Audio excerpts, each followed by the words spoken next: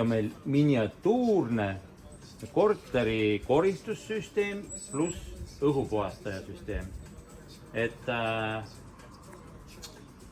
saab panna keskustolmuimeja siia näiteks alumisse kappi. Siin on kiirkoristusseade veeruum. Selle nagu kinni võtate käepidem, saab tööle kohe. Teete kiirelt puhtaks igalt poolt põrandal. Töö sinnasel. Siia võib ka teleskop toru otsa panna. Ja see venib kuni 5,5 meetrised. Ja nii kui tagasi panete, lükkab tolmuimeja välja. Samuti on siis robot-tolmuimeja, mis tühjendab ennast samasse süsteemi. Meil on ta praegu siin karbi sees, aga saab panna toki siin alla, et sõidab sokli alla. Ja ta peseb ka veel põrandaid, mis on eriti mugav. Õhupuhastaja süsteem ka hästi mugav.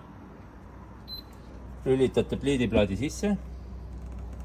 Panete ta, nii meil ta häälestub, nii läheb number. Kohe nii kui panete pliidiplaadi sisse, läheb loomulikult tuli põlema. Ja kui hakkate, meil on praegu tühi pann, paneme ainult number 1 kiiruse peale, aga saab ka käsitsi panna tööle ilusti siit nupust mootori. Kui on eramajas või kui on, ütleme, kortermajas, kui on võimalik selline mootor pööningule panna, siis pannakse see pööningule. Ja kui on eramaja või võimalik ka ridaelamutis panna üldse katusele mootor, siis on mootor katusel ja juhib siin meie e-sisustuse paigaldatud elektroonilise ploki kaudu kõiki neid süsteeme. Et väga praktiline lahendus ja